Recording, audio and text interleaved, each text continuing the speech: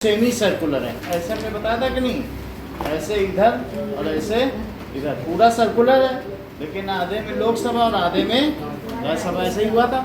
अब इसमें हमने देखा था कि 2019 में बीजेपी को कितनी सीट्स मिली हैं, तो 303। उसके पहले जब तुम देख रहे हो 2015 में देखो पीछे, तो उस दैट इज द ये 2009 में तो कांग्रेस को 206 सीट्स मिली हैं। क्या आप मुझे ये बताएंगे कि लोकसभा में टोटल कितनी सीट्स होती हैं? बोलो। 543 है, तो उसमें मेजॉरिटी कितनी की चाहिए?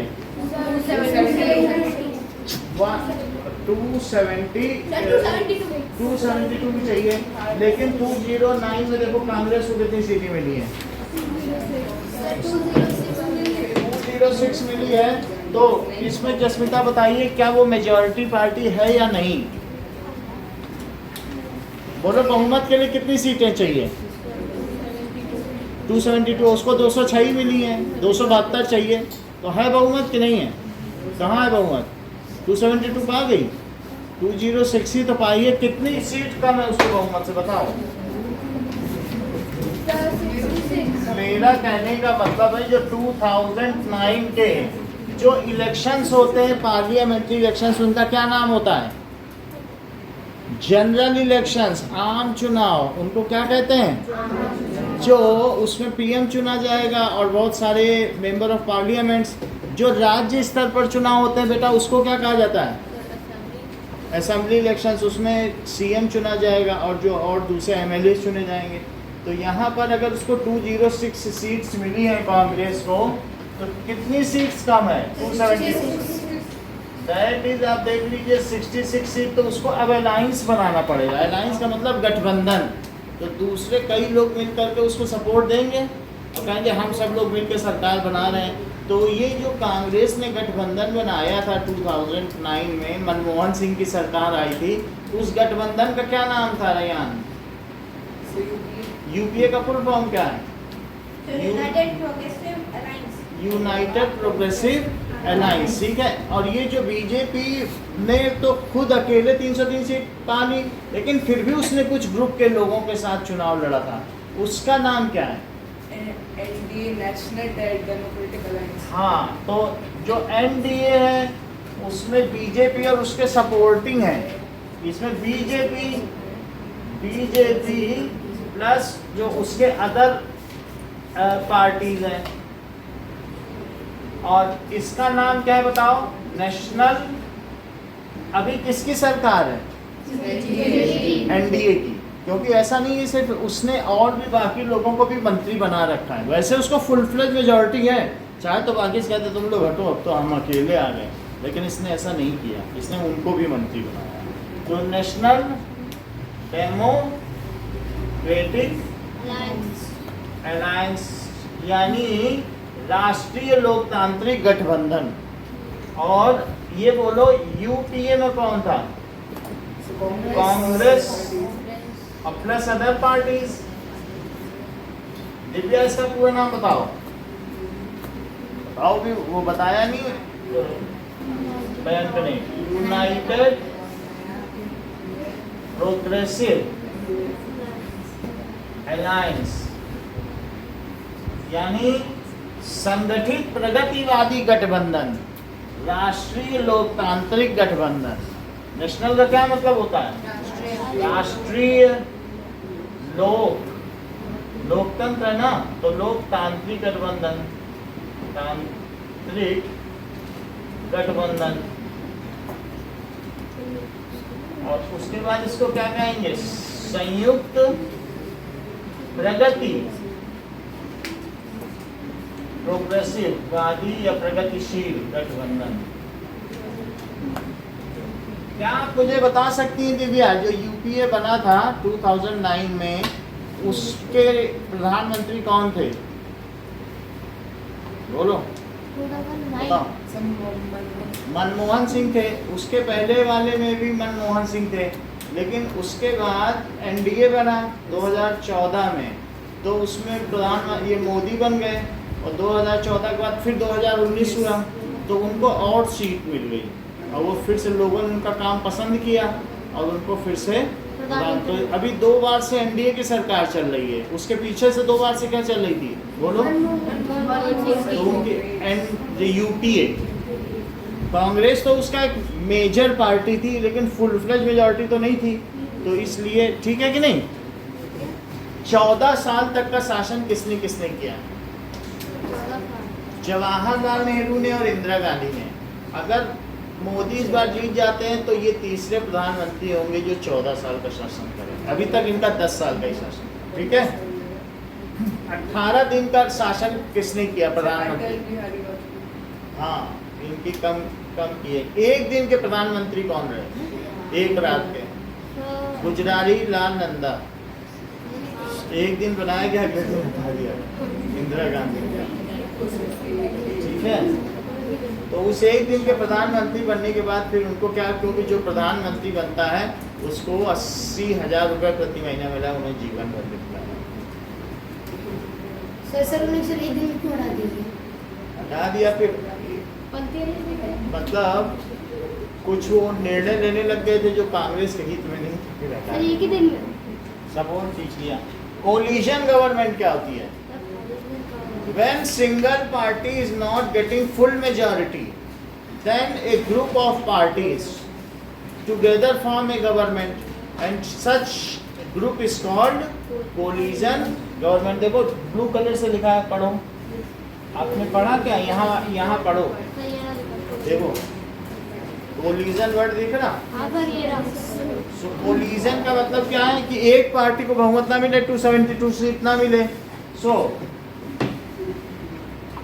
Coalition government. और राज्यसभा में बहुमत से कोई मतलब नहीं, वो तो बिल पास कराने के लिए चाहिए। प्रधानमंत्री तो लोकसभा के बहुमत दल का नेता ही बनता है, ठीक है।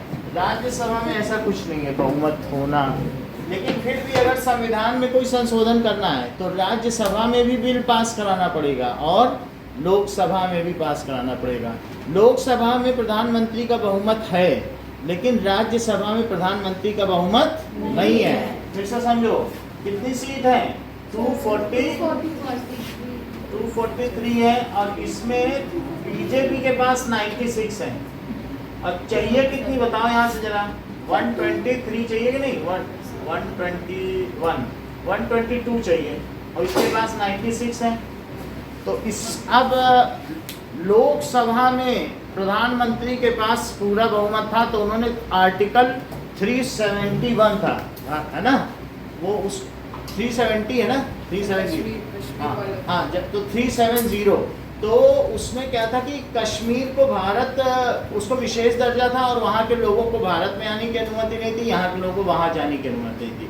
उससे पहले तो और भी बुरी हालत थी, जो यहाँ से लोग जाते थे वो अपना आइडेंटिटी कार्ड लेके जाते थे कश्मीर, ऐसी भी हालत थी। तो उसके लिए कोई एक इनके नेता थे बीजेपी के, तो वो गए थे नहीं भारत का हिस्सा है, वैसे कुछ नहीं लेके जाएंगे, हमें अरेस्ट करना है तो कर लो।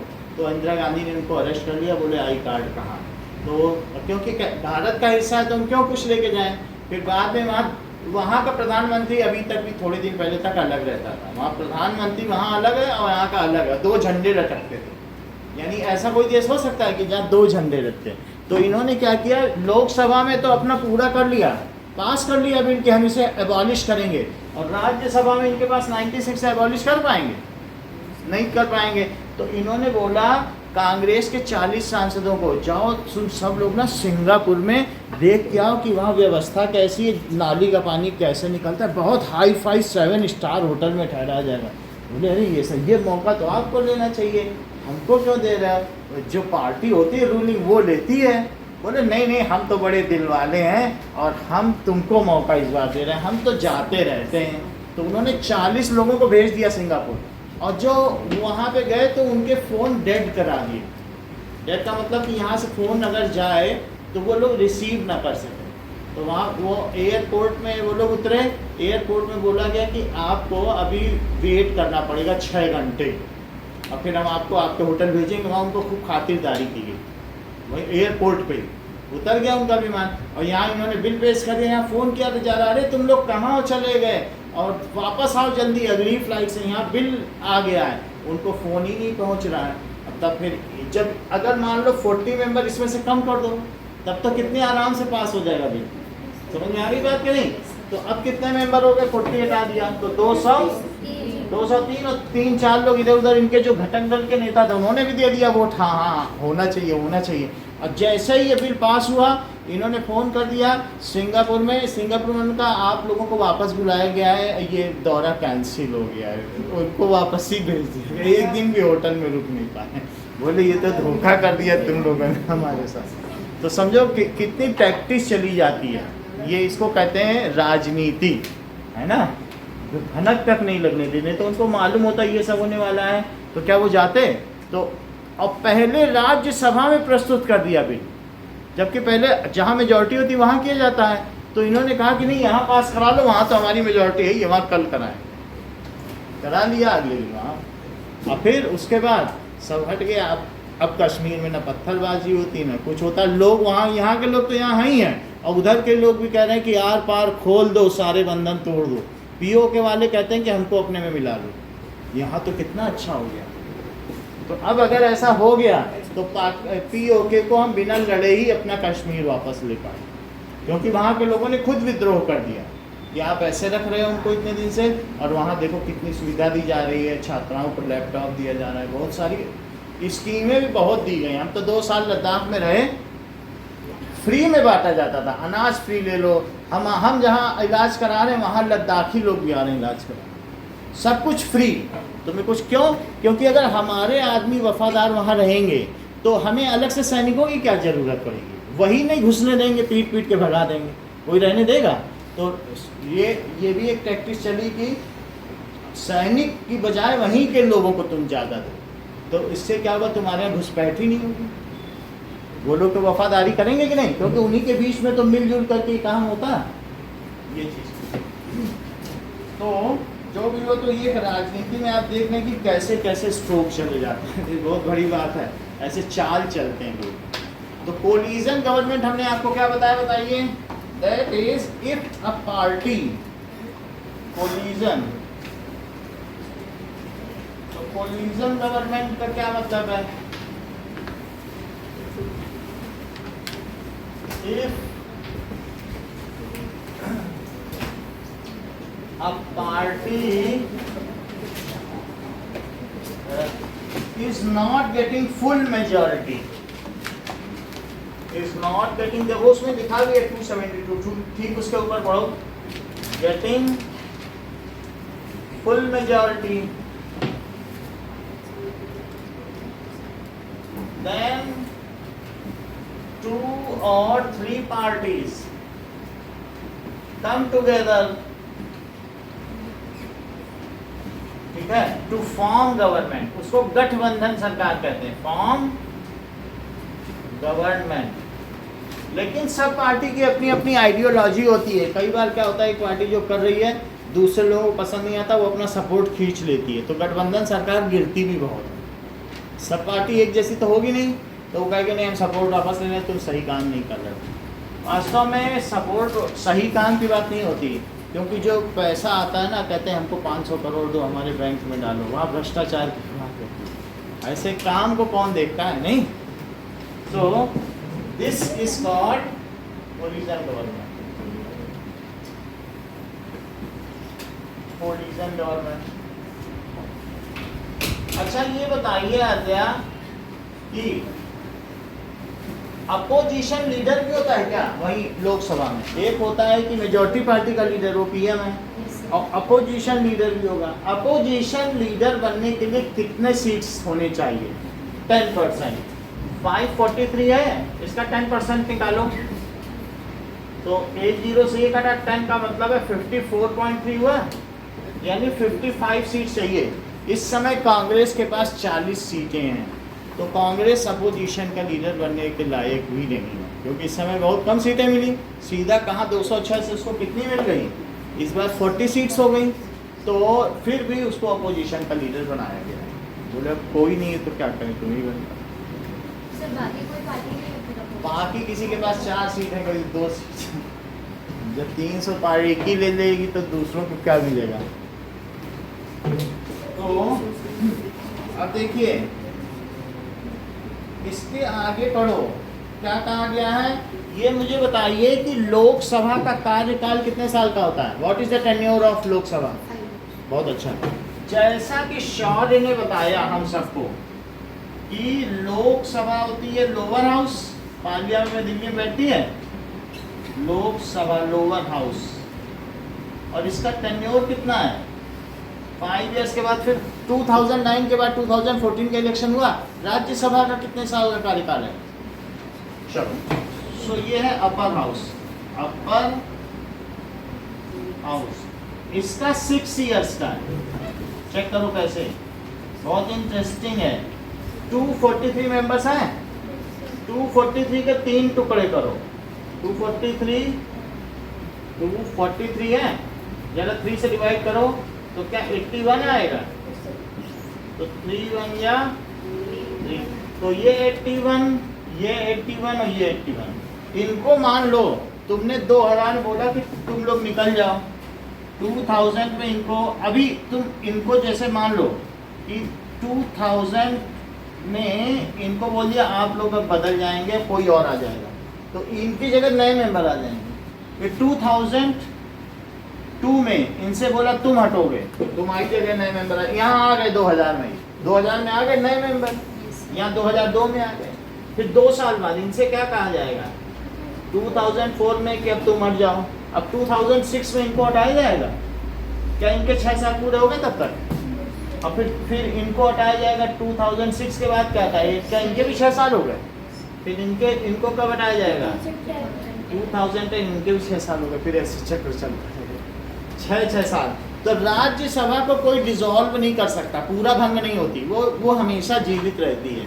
ओनली 1/3 मेंबर्स हटते जाते हैं और 1/3 नए आते जाते। जैसे एक अभी इन्हें हटा दिया, 2 साल बाद इन्हें हटा दिया, 2 साल बाद इन्हें हटा दिया, फिर 2 साल बाद, तो इनके 6 साल हो गए। समझ में आया कि नहीं? तो आज हटाया, फिर 2 साल बाद, इस तरीके से चक्र चलता रहता है। तो राज्यसभा का क्या है कि और उसके लिए फंक्शंस होता है बहुत बड़े बड़े, विधायी समारोह। अब जरा देखो अगले चित्र में आप ये क्या देख रहे हैं? Central secretariat. सेक्रेटरीट क्या होता है बताओ? केंद्रीय सचिवालय से। निखिल तुम क्या समझते हो? ये देखो सेंट्रल सेक्रेटरीट।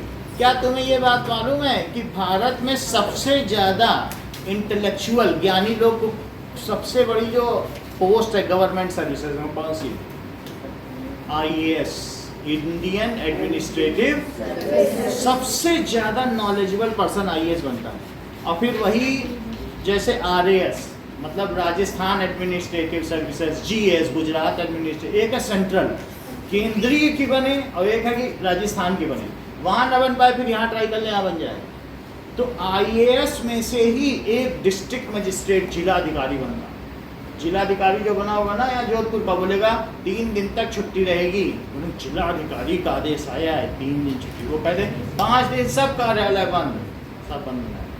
वो रास्ते में जाएगा, कहेगा हाँ तुम लोग क्यों बैठे हो धरना देके? बोलेंगे हमारा लड़का मर गया और ये लोग कुछ पैसा देना है, बुलाओ इनको 10 लाख का चेक दो। अच्छा चलो, इतनी पावर है जिलाधिकारी। और जिलाधिकारी आपको मालूम है ऐसे एक IAS नहीं 12 IAS प्रधानमंत्री के सामने सर झुकाए रहते हैं। वो कहेगा कल की स्पीच तैयार करो, अच्छा तुम ऐसा करो वहाँ जाना है, जाओ सर्वे करके बताओ गुजरात में कितनी बाढ़ आई, सब रिपोर्ट दो, तुम ये काम करो, तुम ये काम, सब ना सर ये काम हुआ, और इतना बढ़िया काम करके देंगे।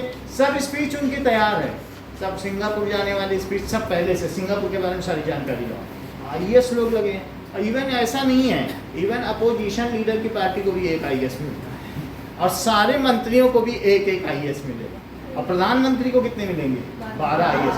और इसके अलावा जितने भी विभाग हैं, रेल मंत्री, रेल विभाग, सब में IAS मिलेंगे। उन सब की जहाँ वो रहते हैं सेंट्रल सेक्रेटरीट, केंद्र सचिव है। सचिव का मतलब सलाहकार। वास्तव में मंत्री ज़्यादा महत्वपूर्ण है कि उसका सलाहकार। अगर तुम्हारा IAS जो तुम्हारे साथ IAS है ना, वो तुम्हें सही सलाह दे तो तुम बहुत अच्छे रेल मंत्री बन जाओ, क्योंकि मंत्री बुद्धिमान नहीं होते हैं, वो उसको जैसे समझाएगा। सरकार मंत्री नहीं चलाते हैं, वास्तव में IAS उसका दिमाग घुमाए। सर अरे अब क्या कर रहे हो सर, ऐसा करोगे ये हो जाएगा सर, हैं नहीं करेंगे, ऐसा नहीं करेंगे ये करो सर, ये होता है। तो आईएएस जैसी सलाह देगा। और अगर तुमको कभी भी किसी देश को बर्बाद करना है, तुमको पार्लियामेंट में बम नहीं गिराना चाहिए, सचिवालय पे बम गिरा, वो देश अपने आप बर्बाद होगा। क्योंकि यहाँ पर सारे डॉक्यूमेंट्स रखे हैं, वे सब लोग बैठे हैं जिनको सब पता है कि रेलवे में क्या हो रहा है, रेलवे वाले को रेलवे का स्पेशलिस्ट है, जो चीज़ें सारे सचिवालय कहाँ बैठते हैं, संसद भवन के जस्ट बगल में सेक्रेटरीट की बिल्डिंग होगी, वहाँ जाने की किसी को अनुमति नहीं। इवन पार्लियामेंट की प्रोसीडिंग्स को देखने के लिए भी दर्शक दीर्घा लोग जाके पीछे से देखते हैं, उसका टिकट है, लेकिन सचिवालय कोई नहीं जा सकता, वहाँ सब आईएएस हैं। एक आईएएस की ही कितनी कीमत है, जिलाधिकारी, जिला में सबसे बड़ा व्यक्ति, और यहाँ 300 आईएएस, तो उसको कहते हैं सेंट्रल सेक्रेटरीट। समझो ज्ञान का भंडार है। समझ में आ गई बात? तो ममता बनर्जी को भी आईएएस दिया गया है, समझ में आई बात? सब केंद्र देता है। और ममता बनर्जी जब प्रधानमंत्री ने बोला कि चलो वापस आ जाओ ममता बनर्जी के पास, ममता बनर्जी का गला सूख गया, क्योंकि उसका सचिव को मालूम था इनने कितना घोटाला किया। बोले अरे हमारा सचिव लिए जा रहे हो, तुम हमें कल जेल भेज दोगे, क्योंकि अगर मोदी ने भेजा अरे मुख्यमंत्री को मान लो बुला लें, तो हाँ क्या क्या हुआ, कैसे कैसे किया बताओ, क्योंकि उसको तो तुम्हारे सारा कच्चा चिट्ठा मालूम है, उसी से पूछ के तो तुमने घोटाला किया है। तो बोले नहीं नहीं, और उन्होंने भेजा भी नहीं, बोले हम आईएएस नहीं भेजेंगे, जो करना है कर लो, हम नहीं भेजते, जाओ। समझा? भेजा नहीं आज तक। ऐसा भी होता है, केस चल रहा है। क्योंकि तुम अगर किसी का सचिव ले लोगे तो सचिव के पास तो सारी जानकारी है। अब मान लो अगर बीजेपी ने जो गड़बड़ की है, अगर कांग्रेस सरकार आ गई, फिर वो उसको बैठाएंगे, आओ जरा क्या हुआ था पिछली सरकार में, बताओ जरा, और लो राजू खाओ, अच्छा ऐसा हुआ था, भेजते हैं अभी मोदी को जेल। अगर मान लो इन लोग वो 60 साल तक है, वो जो सचिव है ना उसको सब जानकारी है, वो ये भी जानता है कि पिछली मनमोहन सरकार ने क्या किया, ये क्या कर रहे हैं, उसके दिमाग में सब है। और वो अगर जो नई सरकार है बड़े प्यार से उसको समझाए बुझाए, सारा सबको जेल भेज देती है। उसके बिना तो कोई घोटाला भी नहीं कर सकता। मंत्रियों में तो इतनी भी वो नहीं होती है अकल की घोटाले ही ठीक से कर, वो भी वही करवाता है। समझ आई बात कि नहीं? तो ये चीज़ होती है। तो अब तुम्हें सचिवालय का मतलब समझ में आ गया, जहाँ सचिव बैठे हैं। सचिव का मतलब तुम समझते हो, सलाहकार। क्या होता है? तो जैसे प्रधानमंत्री के सलाहकार हैं, गृह मंत्री को 3 आईएएस मिलते हैं। गृह मंत्री भी बड़ी पोस्ट है ना, वो अलग अलग मामलों को देखता है और बाकी सबको ही देखता है। अच्छा ये बगल में देखो क्या है, रायसीना हिल पे बनी हुई बिल्डिंग है, ये क्या है? वो प्रेसिडेंट हाउस है क्या? क्या इसमें 206 कमरे हैं जिसमें अलग अलग मेहमानों को बैठाया जा सकता है और 500 लोगों को एक साथ भोजन कराया जा सकता है। अब तो खैर इससे भी बड़ी बिल्डिंग बन गई है, जिसको कि आप लोगों ने देखा कि भारत मंडपम प्रगति मैदान में बन गई है। तो पहले हम लोग क्या करते थे, हमारे यहाँ कोई भी मीटिंग होती थी तो कभी मौर्य वो होटल में कराते थे, हमारे पास कोई एक बिल्डिंग नहीं थी और किसी के घर में भी नहीं कराई जा सकती। प्रेसिडेंट हाउस में क्या किसी की मीटिंग कराओगे क्या? अब हमारे पास भारत मंडपम हो गया है, जिसमें एक साथ 1500 लोग बैठ के मीटिंग कर सकते हैं। इतनी बड़ी चीज़ है और उससे बड़ी दुनिया में कोई मीटिंग की जगह नहीं। तो और बहुत 40 बसें एक साथ पार्क हो सकती हैं, कितनी 1000 गाड़ियाँ पार्क हो सकती हैं। और उसमें 3 में तो शॉपिंग मॉल बना दिए उन्होंने, एक में खाने का बना दिया, एक में बैठने का, और सब नेता अलग अलग बैठक कर रहे हैं। इतने सारी कमरे जो बायलैटरल टॉक्स होती है ना, द्विपक्षीय वार्ता, तो उनको रूम अलॉट किए गए सब वहीं। और कहीं पहले होता था कि प्रेसिडेंट जो डिनर आयोजित करता था अपने घर पे करता था, इस बार वहीं पे कर दिया, बोला यहीं है, तुम्हें कहीं जाना नहीं, यहीं रहो। और कई ऐसे नेता थे जो अपने होटल नहीं गए, बोले हमें तो भारत मंडपम में ही मजा आ रहा है, तो होटल भी नहीं जाएंगे, यहीं 2 दिन रुक चले जाए। रुकने उकने का भी इतना ही अच्छा नहीं। प्रगति मैदान तो मैं भी गया हूँ। तो अब जब प्रगति मैदान में मेला लगेगा तो उन मंडपम में भी मेला लगेगा, क्योंकि वहाँ सब स्टॉल लगे। तो एक भारत के लिए एसेट हो गया। अब जरा देखिए, इतनी तो तुमको पता चल गई बात। अब आगे ये बताओ इसमें क्या चीज़ दिखाई गई है। The south block and north block were build in 1930। इसमें 2 चीज़ें हैं। The photo of the left is the south block, जो पीएमओ ऑफिस है। इसमें ये क्या दिखाया गया है, These two buildings of Central Secretariat, the South Block and North Block were built. तो सेंट्रल सेक्रेटरीट की 2 बिल्डिंग्स हैं। उन्होंने कहा सारे सचिवों को एक साथ नहीं रखेंगे क्योंकि अगर कोई बम्बार्ड कर देगा तो हमारे पास पूरा अभाव हो जाएगा। तो उन्होंने सचिवों को 2 जगह रखा। एक साउथ ब्लॉक में रखा, देखो पढ़ो उसमें लाइन में लिखा है सेंट्रल सेक्रेटरीट इज डिवाइडेड। ऐसा और किसी देश में नहीं है, लेकिन भारत ने ये अच्छी दिमाग लगाया या अंग्रेजों ने लगाया। अंग्रेजों ने तो बिल्डिंग बनाई, हमने बाद में फिर इसमें रखा अपने सचिवालयों को। तो हम लोगों ने आधे आधे सचिवालय रखे। ऐसा ना हो सबसे पहले कहीं भी अटैक होता है तो सेक्रेटरीट पे कोई करता है। अच्छा देखो, जो साउथ ब्लॉक है उसमें पीएमओ ऑफिस भी है।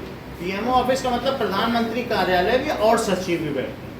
और जो नॉर्थ ब्लॉक है उसमें क्या होता है, देखो ministry of finance and home affairs, तो वहाँ पर वित्त मंत्रालय है और गृह मंत्रालय। पीएमओ ऑफिस अलग में है साउथ ब्लॉक में, और नॉर्थ ब्लॉक में क्या है, गृह मंत्रालय और साथ में वित्त मंत्रालय। समझते हो पैसे का, अब समझ आ गया। तो 2 अलग अलग चीज़ें रखी गई, ये अच्छा काम किया है।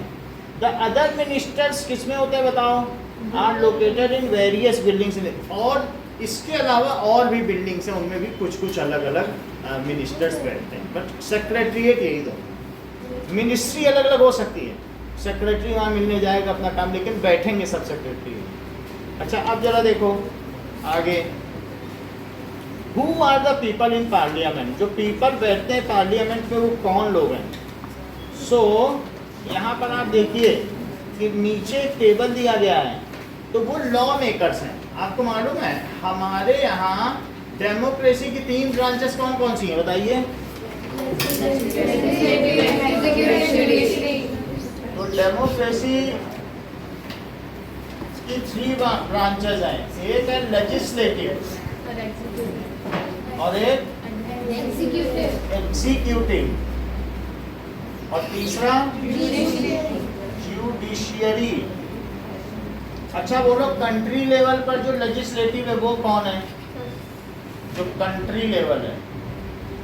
लेजिस्लेटिव में इसको कहते हैं न्याय बनाने वाली, इसको कहते हैं विधायिका, जो विधान बनाती है, संविधान। विधायिका, ठीक है। विधि का मतलब कानून होता है, क्या होता है कानून। और जो विधेयक कानून पत्र, और जो सारी विधियों को एक साथ मिला दो तो संविधान। और जो कानून सबसे बड़ा कानून बनाने वाला है वो विधाता। विधि का मतलब कानून होता है। विधि ने तेरी कथा लिखी है, आंसू में कलम डुबोए, तेरा दर्द न जाने कोई। विधि ने तेरी कथा लिखी। तो इस तरीके से विधाता तो आप लोग जानते हो किसको कहते हैं, कानून बना। तो जो भी कानून बनाए वो लेजिस्लेटिव, कानून का पालन कराए वो कौन है, कार्यपालिका।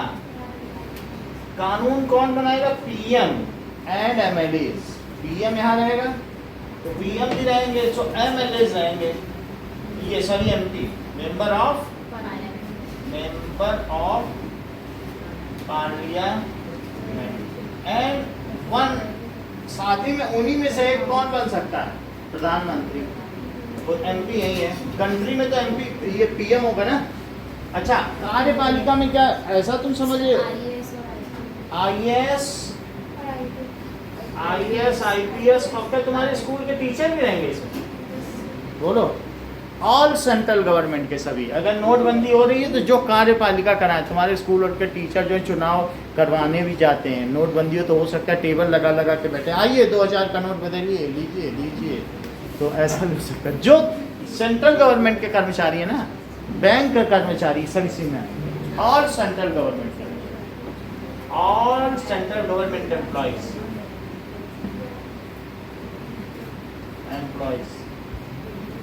और इसमें सुप्रीम कोर्ट आएगा क्या। सुप्रीम कोर्ट कहाँ है, मुंबई में। बहुत अच्छा, जैसे इन्होंने कह दिया दिल्ली में, और कोई मुंबई ही बता दे। तो दिल्ली में है नहीं supreme court. So member of parliament Salman Khan और तो ग्रुप जो भी इनमें होता है, सो वन ऑफ देम इस पीएम। उनमें से कौन होगा, प्रधानमंत्री, जो मेजॉरिटी पार्टी का लीडर होगा। अच्छा, ये तो आपने देख लिया। इसी तरीके से सुप्रीम कोर्ट का जो चीफ जस्टिस है उसका नाम क्या है? क्या सीजेआई? हाँ, डीवाई चंद्रचूड़। तो CJI chief justice of India, और ये चंद्रचूड़ है, जस्टिस चंद्रचूड़, चंद्रचूड़। अब जरा देखो, कंट्री लेवल पर जो चुनाव होगा उसको क्या कहते हैं बताइए? General election. और वो लोग कहाँ चुनने के बाद कहाँ बैठेंगे? पार्लियामेंट में बैठेंगे, जो वो संसद भवन है। और उसके बाद स्टेट लेवल के चुनाव को क्या कहते हैं? Assembly election. Assembly election. और उसमें भी डेमोक्रेसी के 3 कौन कौन से पार्ट हैं? तो लेजिस्लेटिव और जुडिशियरी। लेजिस्लेटिव में होगा, जैसे हमने आपको यहाँ पर बताया, इसके 2 पार्ट हैं, एक है लोकसभा और राज्यसभा, और इसमें भी 2 पार्ट हैं। हमने आपको बताया था विधानसभा, विधान सभा, और दूसरा क्या है? विधान परिषद। परिषद का मतलब काउंसिल। परिषद हमेशा सभा अनाड़ी लोगों की होती है, परिषद खिलाड़ी लोगों की होती है। ये बहुत वो विज्ञान। अच्छा बताओ, जो इसमें इलेक्ट होके जाता है वो क्या जाता है? उसका क्या नाम है? अभी तो ज्वाइन कर रही थी, जमाई तो ले ली थी, बता दो फटाफट। हाँ बोलो, यहाँ जो इलेक्ट होके जाएगा उसे क्या कहेंगे? बोलो। हाँ, MLA, member of legislative assembly, और इसे क्या कहेंगे? एमएलसी। तो एमएलए और एमएलसी का फुल फॉर्म बोलो अनमोल। आपसे नहीं हो पाएगा। हाँ। अच्छा, एमएलए का बताओ। Member of legislative assembly. MP का? मेंबर ऑफ, वो कहाँ बैठता है? दिल्ली में। अच्छा, इसके जो स्टेट लेवल पे जो लेजिस्लेचर है उसके 2 हिस्से कौन कौन से हैं? विधानसभा, विधान परिषद। इसमें लोअर हाउस कौन सा है? बोलो। विधानसभा, क्योंकि ये इलेक्ट होके आते हैं। ये सेलेक्ट हमेशा ऊंची चीज होती है, ये इलेक्ट होते हैं। ये लोअर हाउस और ये असेंबली लोअर हाउस है। एमएलए चुन के जाएंगे, उसमें अखिलेश यादव या ऐसे अनपढ़ भी 8वां पास भी चले जाएंगे। राबड़ी देवी, हम कर रहे हैं ना, अच्छा होगा, सब अच्छा करेंगे, ऐसे बोलते हैं। अब ये देखो, एग्जीक्यूटिव में इसमें कौन आएगा? इसमें आईएएस आएगा, तो इसमें आरएएस, राजस्थान एडमिनिस्ट्रेटिव, जीएएस। ठीक है, तो जैसे आरएएस और गुजरात एडमिनिस्ट्रेटिव सर्विस और स्टेट टीचर्स। अब पुलिस भी इसी में है, स्टेट पुलिस होती है, तो स्टेट पुलिस, ये सब आएगा। जुडिशरी में कौन आएगा? High court. हमारे यहाँ 28 टोटल स्टेट्स हैं, और कितने हाई कोर्ट हैं? बता दिया 25, तुम इतनी देर बता रहे हो, बता दिया कि पंजाब हरियाणा का सिंगल है, गोवा महाराष्ट्र का एक है, उससे सीखो कुछ। तो हाई कोर्ट, सर्वोच्च न्यायालय, उच्च न्यायालय, दैट इज हाई कोर्ट। कितने हैं बोलिए? 25। यहाँ जो राजस्थान का हाई कोर्ट है वो कहाँ पे है? और राजस्थान में जो विधानसभा विधान परिषद है वो कहाँ है? तो कैपिटल में होती है ये विधानसभा विधान परिषद, और नेक्स्ट बेस्ट सिटी में होता है हाई कोर्ट। यूपी का हाई कोर्ट कहाँ होगा? इलाहाबाद। और ठीक है, प्रयागराज हो गया। अब जरा देखो, ये तो स्टेट असेंबली इलेक्शंस हो गए। अब तीसरा देखिए, तीसरा कौन सा होगा बताइए? इसमें बोलो विधान परिषद का कितना कार्यकाल है? What is the duration? Correct, जैसा इन्होंने बताया 6 इयर्स, क्योंकि ये वही पीरियड चलेगा। और इसका बेटा लोअर हाउस कौन सा है? 5 इयर्स। गहलोत किस में बैठेंगे? अशोक गहलोत। हाँ, समझ में आ गई बात? तो इसको कौन हेड करेगा? राज्य का सबसे प्रथम व्यक्ति कौन होता है? बताओ। राज्यपाल, गवर्नर। देश का प्रथम व्यक्ति कौन है? राष्ट्रपति। इसका प्रथम व्यक्ति गवर्नर। गवर्नर के बाद कौन होगा? Deputy governor. उपराज्यपाल इसको देखेगा। जैसे इसको कौन देखता है बताओ? राज्यसभा को वाइस प्रेसिडेंट, इसको उपराज्यपाल, डिप्टी गवर्नर। तो राज्य का प्रथम व्यक्ति जो स्टेट है वो कौन होता है? स्टेट हेड कौन है? गवर्नर चाहे तो इसको डिसॉल्व कर दे, भंग कर दे, बोले जाओ कोई सरकार नहीं, हम चला लेंगे। और यहाँ प्रेसिडेंट चाहे तो क्या कर दे? प्रेसिडेंट हेड होता है, वो चाहे तो भंग कर दे, कोई नहीं चलेगा। ऐसा भी हो सकता है।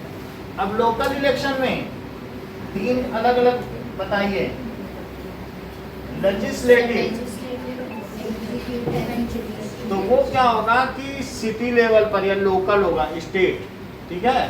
सो ये तो लोकल इलेक्शंस में क्या होगा? एक तो सरपंच चुना जाएगा, या फिर सरपंच, या शहर में क्या होगा? पार्षद, या चार मोहल्ले में एक पार्षद, फिर अगले 4 में एक पार्षद। ये चीज है। तो हमारे यहाँ 80 पार्षद हैं जोधपुर में, और वो पूरे जोधपुर में एमएलए कितने हैं? 12। और एमपी कितने हैं? 1। जो 1 है पूरे जोधपुर का वो बैठेगा दिल्ली में, और जो 12 हैं एमएलए वो कहाँ बैठेंगे? जयपुर में। जैसे सरदारपुरा से कौन जीत के गया है? तो वो कहाँ बैठेंगे?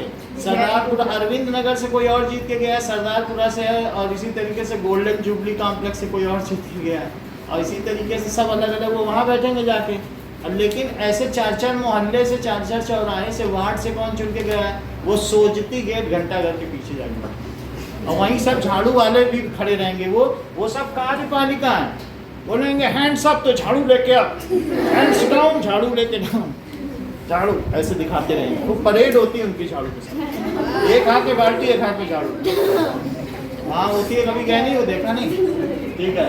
तो ये हो गया लेजिस्लेटिव। तो ये कहाँ बैठेंगे सारे? Municipal corporation. म्युनिसिपल कारपोरेशन होती है नगर महापालिका या नगर पालिका, क्या कहेंगे उसको? Municipal corporation. और दूसरा क्या है? इसमें एग्जीक्यूटिव कौन है? झाड़ू वाले, उन्हीं का काम है। एग्जीक्यूटिव में ये सब आएंगे, और साथ ही साथ में जो जो यहाँ का ये जोधपुर और इलेक्ट्रिसिटी बोर्ड आएगा, जोधपुर जल बोर्ड, वो भी इधर आएगा। यानी यही नहीं है। और यहाँ का जो जुडिशरी है वो कौन देखेगा? जैसे मैंने आपको बताया डिस्ट्रिक्ट मजिस्ट्रेट, जिला अधिकारी, डीएम, वो कौन होगा? IAS, magistrate. कई मामलों में वो भी न्याय दे सकता है, मजिस्ट्रेट। बात समझ में आ गई कि लोकल इलेक्शन हमारे यहाँ 3 टियर सिस्टम है।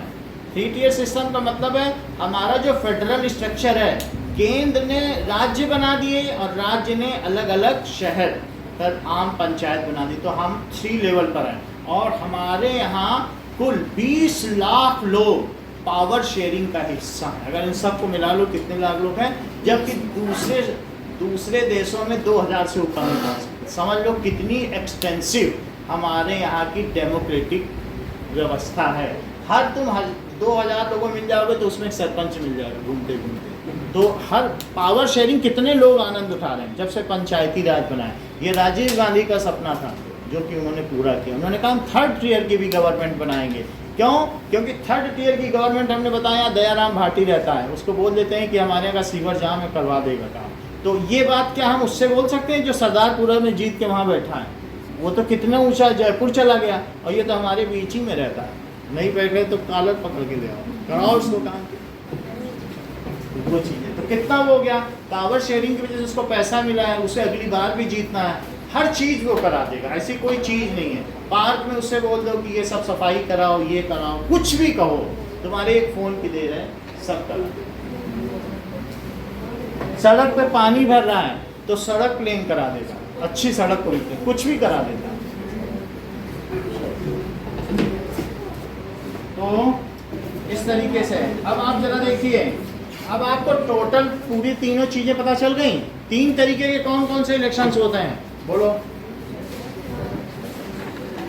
बताइए। हाँ बोलिए।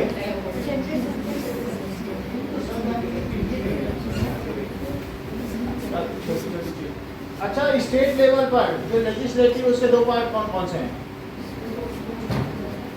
उधर देख रही हो। हाँ, विधान परिषद और विधानसभा। इसमें लोअर हाउस कौन सा है? विधानसभा। मुख्यमंत्री कहाँ बैठता होगा? विधानसभा में बैठता होगा कि विधान परिषद में?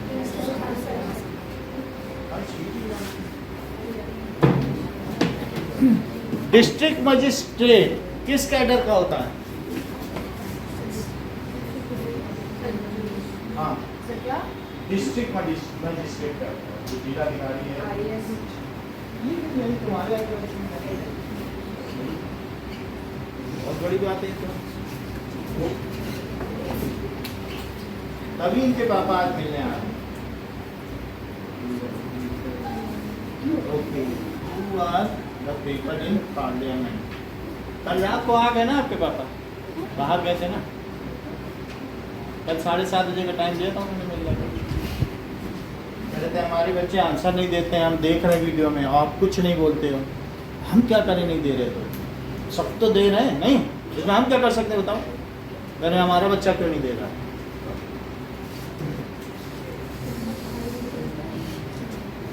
कोई हम दिमाग में थोड़ी नहीं बैठ जाएंगे।